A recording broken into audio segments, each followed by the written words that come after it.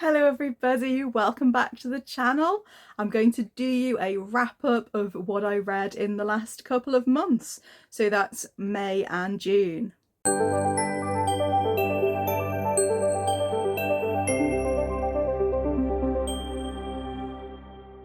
Hello everyone, welcome back. I know some of you are new subscribers here, so I just want to personally welcome you all to the channel. Here's where I talk about books, and I have a very eclectic reading taste, so you'll get all sorts of different fiction here. So welcome to the channel.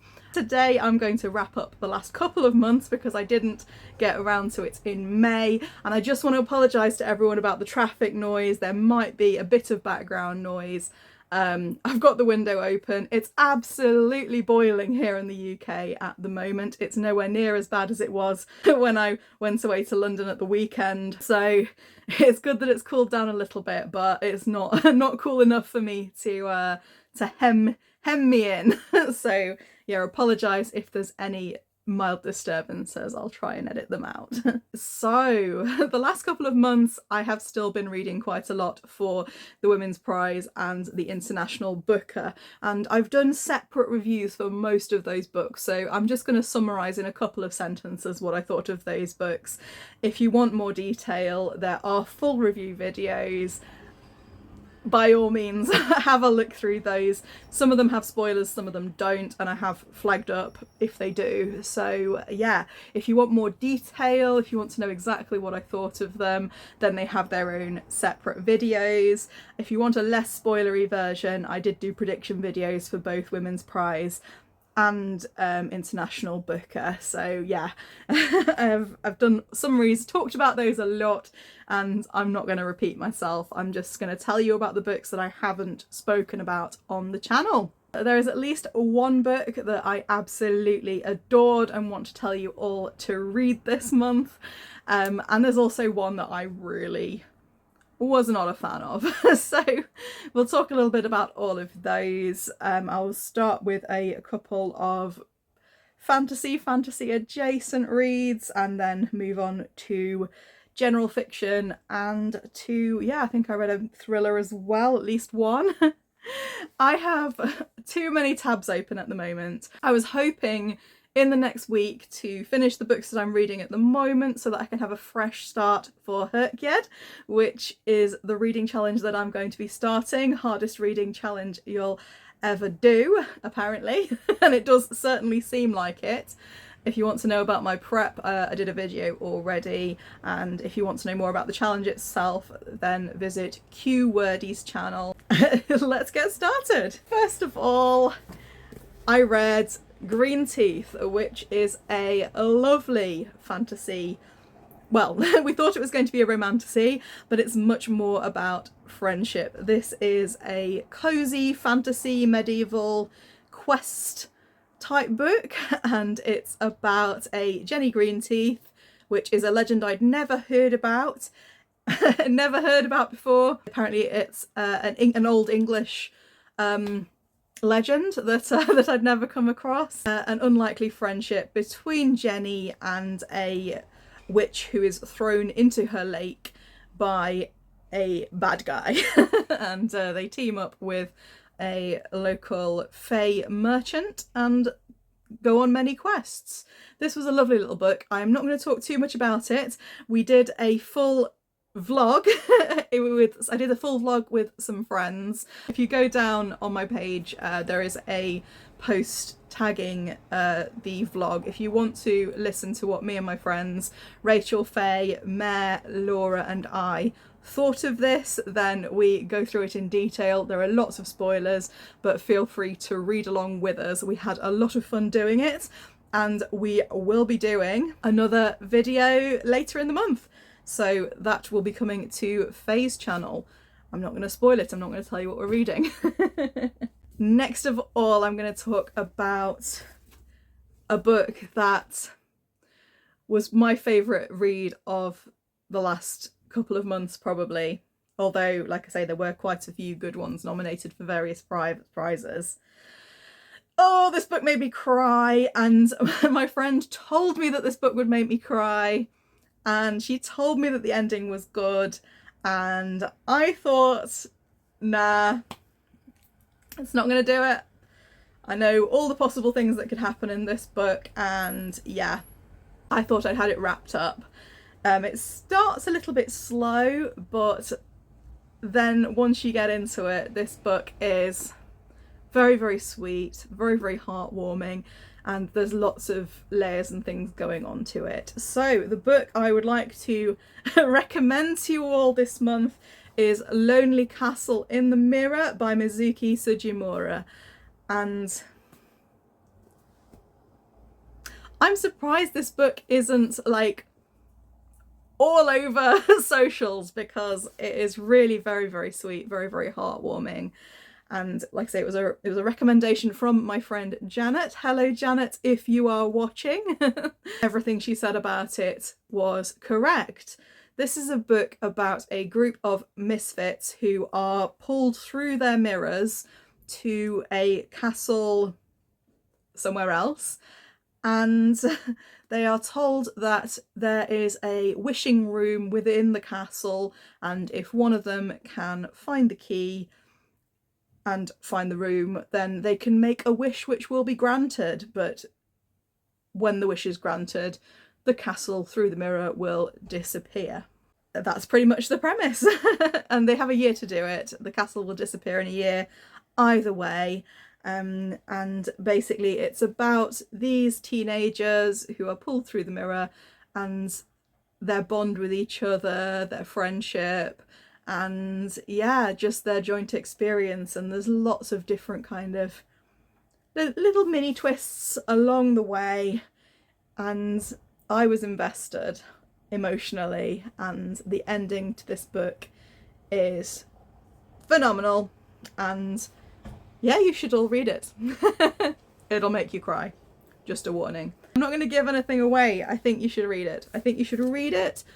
And it's got a lovely cover, and I have Mizuki Sugimura's next book that has been translated. I've got that downstairs, and I hope to read that soon, because this was a good one.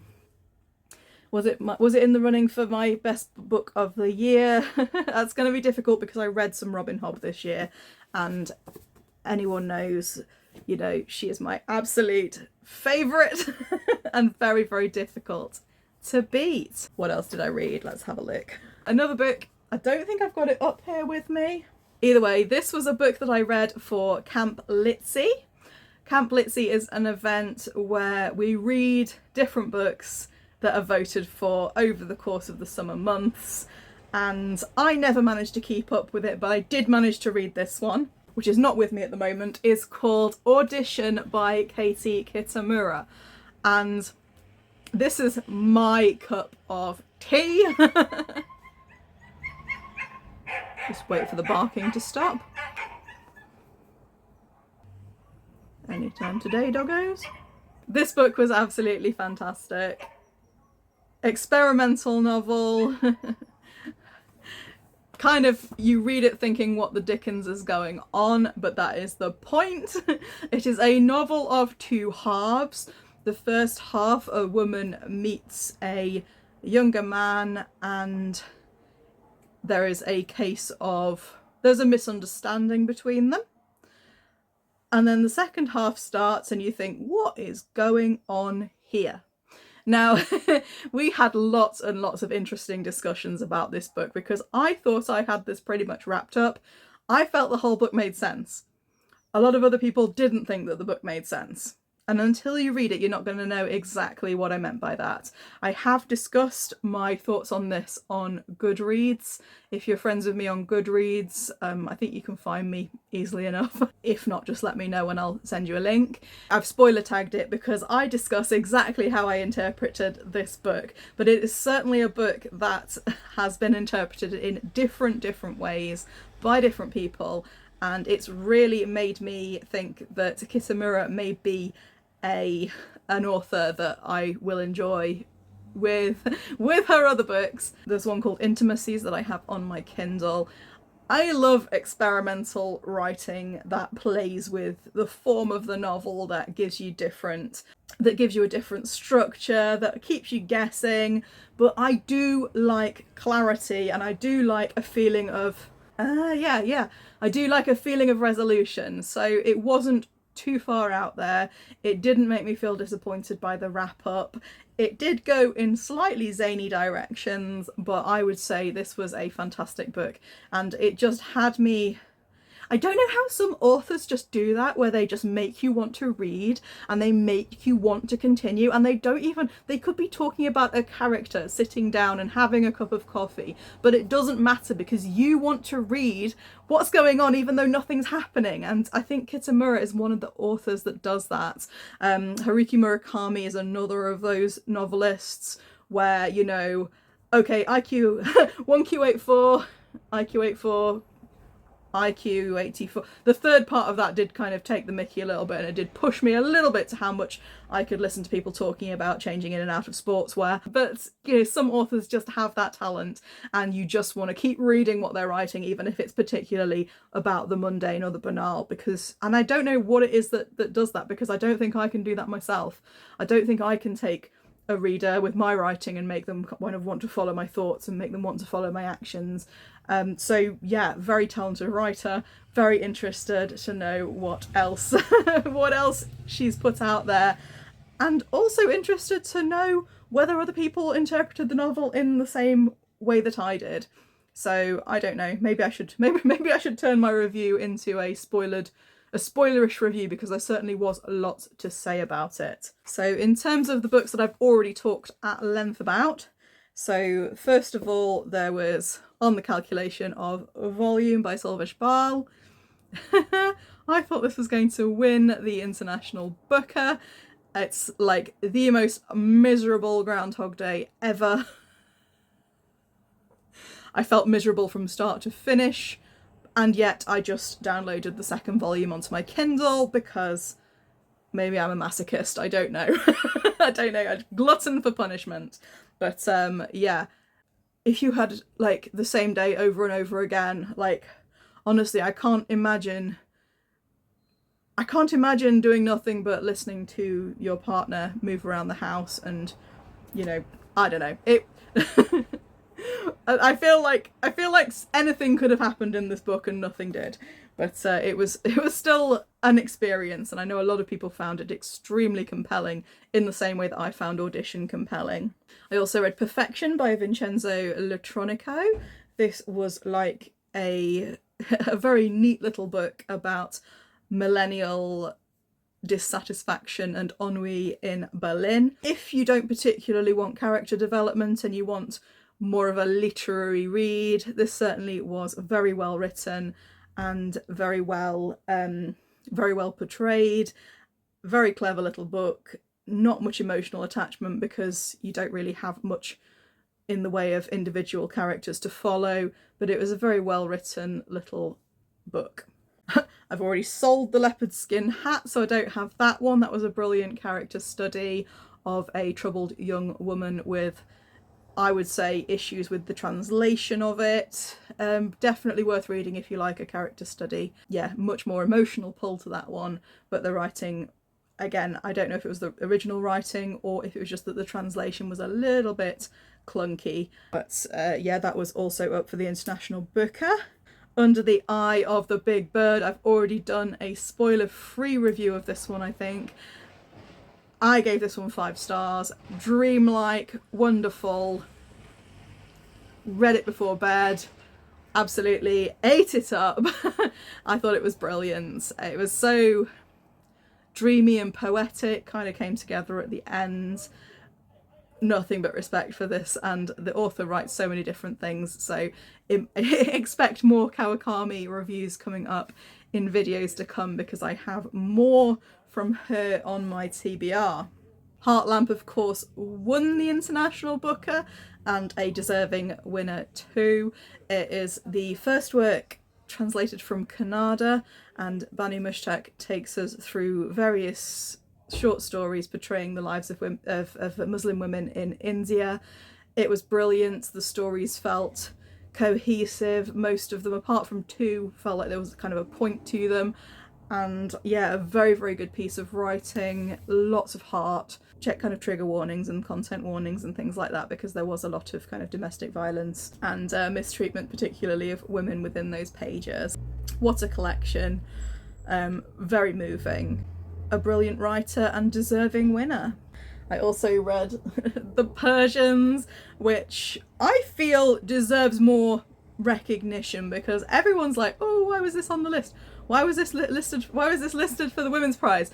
Because it's a good book. Like, it doesn't have to be the most literary effort. This was an amusing, well written book that took on lots of different issues in a very accessible way, and I do think justice for this book, because like it absolutely deserved to be up there on the shortlist. It was really good fun, and lots of different things kind of discussed in passing, but like I say, obviously it's not the kind of serious work of literature. It's more like a family saga that, you know, kind of takes on kind of issues through the medium of the characters. So I have a lot of respect for it, and yeah, you should definitely give it a go. And finally, the last book that I'm going to mention, and this was again an absolutely superb book, and I wouldn't have minded at all if this had won the Women's Prize, because it was absolutely brilliant, and that was Fundamentally by Nusaybah Yunus. This book was about a UN effort to repatriate women who'd run off to join ISIS. And this book is heartbreaking, but also funny. I have no idea how Yunus managed to make this book funny, but she did. It's clever, it's satirical, and honestly, it is a book that I would definitely recommend you all pick up. I don't say that lightly. It's a 5-star. Well, did I give it 4 stars or 5 stars? I don't know. I think I probably should have given it 5 stars. But because this book did so much. I think the reason why I shied off 5 stars is because I don't actually know how this book would look from a non-Western perspective. So lacking that kind of, is the representation fair? I feel like I don't have that information. But as a book, speaking to all of us really, in the UK, it's a book full of heart, full of brain, full of perspective. Honestly, pick it up, start reading it, give it a go, because it is a book that I found quite affecting, in the same way that Home Fire by Camilla Shamsi was a book that did actually help to kind of change my perspective around certain issues. Having more empathy is always a good thing. So yeah, those 2 books I would absolutely recommend for further knowledge and perspective. Now, other books I read that I perhaps haven't spoken about yet. Detransition Baby by Torrey Peters. I've been meaning to read this book for so long, and yeah, certainly it does give a lot of perspective. I found there was a lot in this book that I liked, and there's a lot that I didn't like. So I liked the centering of the trans characters and their perspectives and experience. I liked that the author was just obviously really going for it and allowing herself to write problematic characters, basically characters who have flaws and who, is a very uncensored way of thinking. Like, there is very kind of self-aware. For example, a lot of main character, what was her name? Forgotten the name of the main character. It's not going to come to me.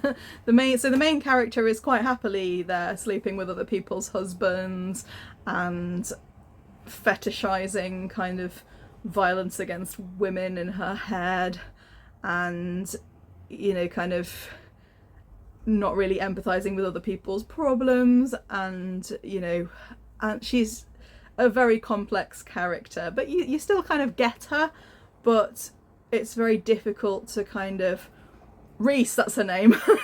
It's very difficult to kind of root for her as well because she's so self-centered. Same with Ames, to be fair. The characters are all very, very self-centered, very, very from their own perspective and experience. They're very much in their own heads, and they're not really likable characters, even though you understand them as people. So there is lots. This book is definitely worth reading. There is lots to be said about motherhood, of what it's like to be trans. In tone, it felt a little bit like the writings of Melissa Broder, like the writing. It felt a little bit like the Pisces, a little bit like Miranda July, a little bit like All Fours. You're getting a very, very uncensored, very raw, very kind of unpalatable sometimes view of womanhood. And I think these sort of voices are so important because we don't want universally kind of uncontroversial figures in our books. We want to know what people are really thinking. We want to know what it's like, and literature is such an important medium for being able to do that. But I did find myself just wanting to shake the characters and say, look, just think about someone other than yourself for a little bit. And that was kind of universal in all the characters. So I'm excited to read Torrey Peters' next book, Stag Dance, which I think is more short stories. She's obviously an up-and-coming voice in literature, very good writer, lots of kind of little political asides in there that I found very valuable. But as a book, like I say, in the same way that I felt with the Pisces and All Fours, it was difficult to root for the characters. Although I still want a sequel. I want a sequel because I feel like the story is unfinished. I feel like I want to know what happens next. So I'm curious. I read my first fiction audiobook. I'm proud of myself. It was The 39 Steps by John Buchan, read by Robert Powell, who has a very soothing voice for just before bedtime. The fact that I was reading this spy thriller just before bedtime and finding it soothing probably says all that needs to be said about whether this is an adrenaline-filled thrill ride or not. It felt, I think, probably the old-timiness about it was what I found most charming. There were certain, kind of unlikely survivals during the process of this book. And I think it was quite early, so I think, was this before James? I'm pretty sure this was before James Bond. But yeah, there's a lot of being chased across the Scottish countryside. I liked it, didn't love it, 3 stars. I would listen to Robert Powell read another audiobook for sure, but I don't really want any more of Richard Hannay because it was just okay. There was a lot of kind of, yeah. It was alright. A thriller that actually, to be fair, I gave this one 3 stars as well. This is another Riley Sager, Middle of the Night. I found this book creepy. Like, it takes a lot to creep me out.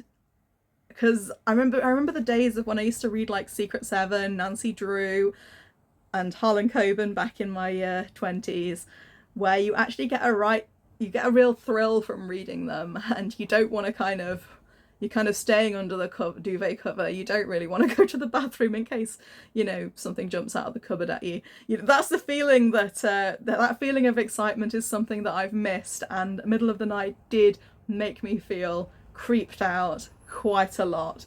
There was a lot of kind of, what's going on, what's sneaking around. There was an installation of a camera in the back garden, and every time it said ping, I was like, what's going on now? So yeah, from that point of view, there was a lot of kind of creepiness, and I enjoyed that, and that's my favourite thing about the book. However, so this is my second Riley Sager. The first one was The Woman Across the Lake. This one's about a kid who goes missing when he was age 10 from a tent, and his friend who was in the tent with him comes back to the neighbourhood and wants to find out what happened. Everything happens in sequence. I can't tell you why it feels something's missing, because I don't know, like, it was a bit kind of one thing happens, then another thing happens, then another thing happens, and it's kind of like revealed bit by bit in a very kind of formulaic way. I just wasn't, it just didn't have enough oomph for me. It didn't have enough kind of, I need to stay up all night and read this action. Probably the kind of jumping between past and present tense did take me out of that a bit. All in all, it was a decent thriller, and I'm going to keep reading Riley Sager until I find one that I adore, and that's the plan. And I'm sticking to it. Finally, if you've made it this far in the video, hi.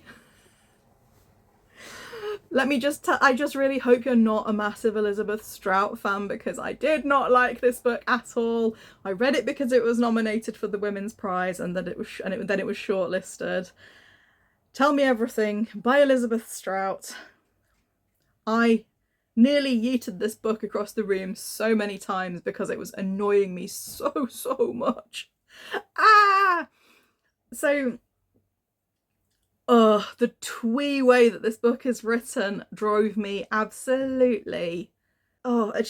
She starts every chapter by talking about the weather in a very cutesy way, and then she talks about her characters like they're little dolls. It's like, oh, not Brian.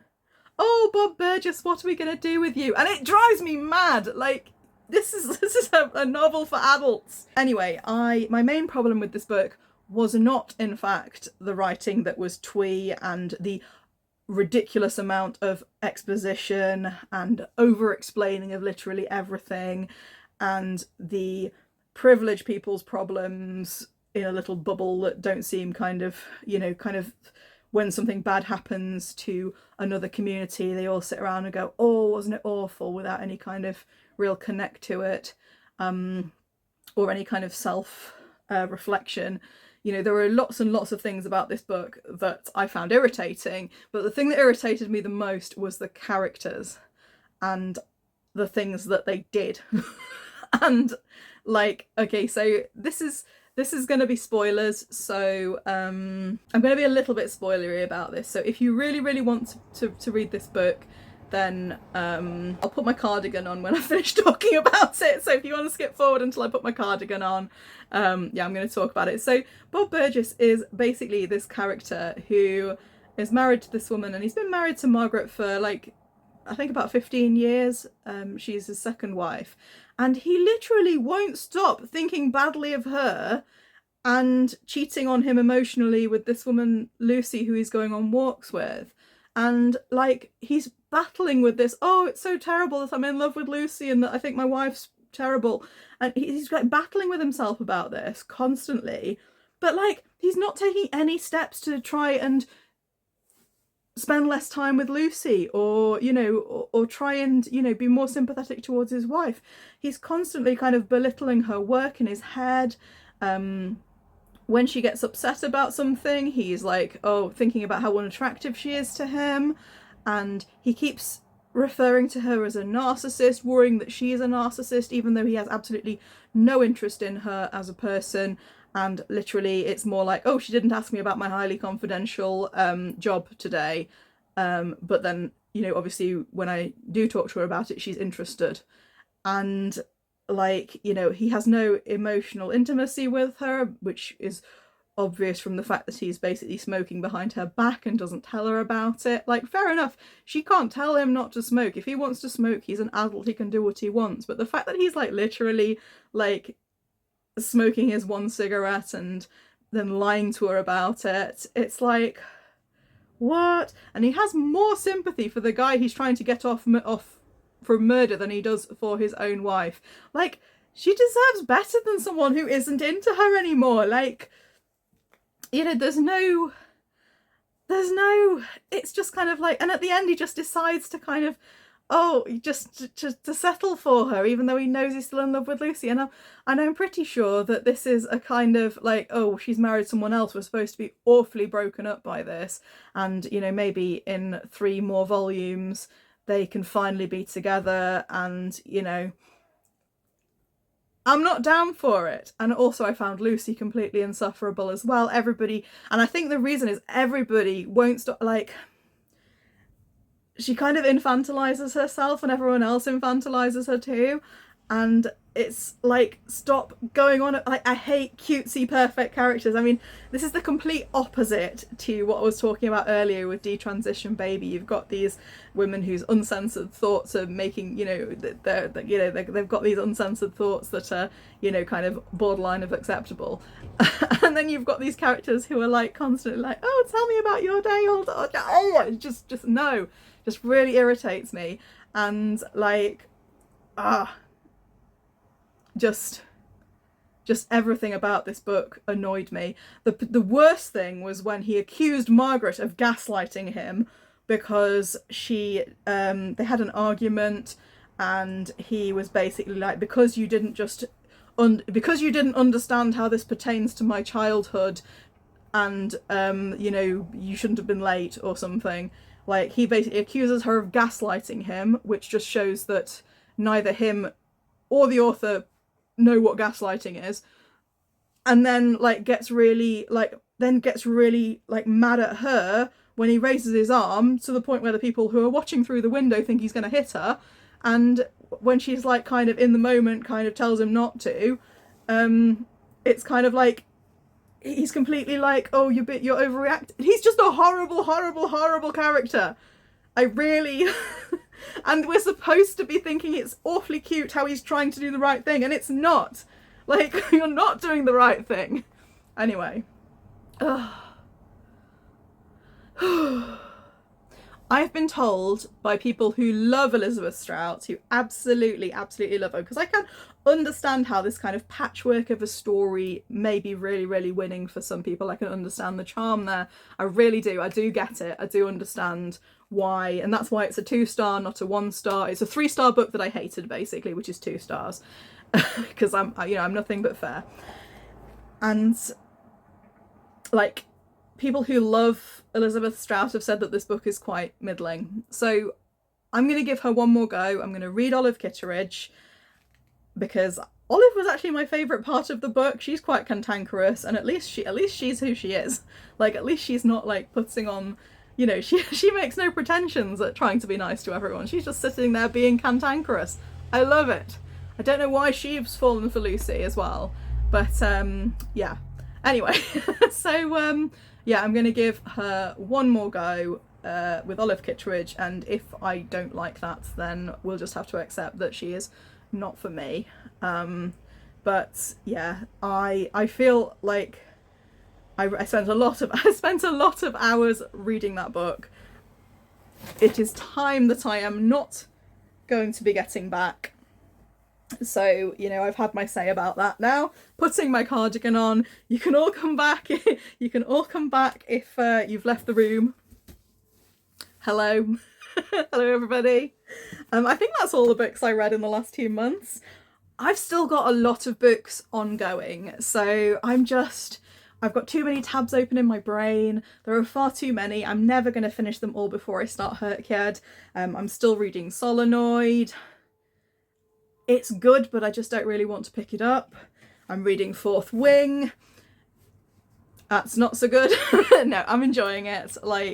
But again, I'm also reading a secret book for our next vlog, which I can't tell you about yet. That's a super secret one. You'll all find out about that in due course. I'm reading The Eye of the World still, epic fantasy, doing a vlog for that. That's going to take me another month or two, I'm sure. I'm reading Good Girl, which is the last one on the women's list, and that's extremely well written, but it's an age gap romance, and the sexy older man is my age, which makes me feel not so great. But yeah, the writing's actually quite delicious, so I'm enjoying that. Well, I say I'm enjoying that. It's obviously there's a lot of serious issues discussed as well, but the writing's great. I'm reading The Virgin Suicides, which feels a little bit like if Donna Tartt was commissioned to write American Pie. This is kind of what would come out. It's giving me definite Donna Tartt vibes. Yeah, I don't know why we don't talk about Jeffrey Eumenides as much as we do if his writing's this good, honestly. And I'm reading a couple of books from the 14 books in 14 weeks, which is Fair Play and The Hotel. Again, both of those so far, I'm not really far in enough to have proper thoughts and feelings, so we'll have to wait until next month. Anyway, that was my wrap up. I've got lots of books on the go and exciting reads to come with the new challenge that I'm taking on. So it's been a pleasure to spend some time with you. If you're not subscribed already, to click that subscribe button. Come and join me again soon. Bye for now.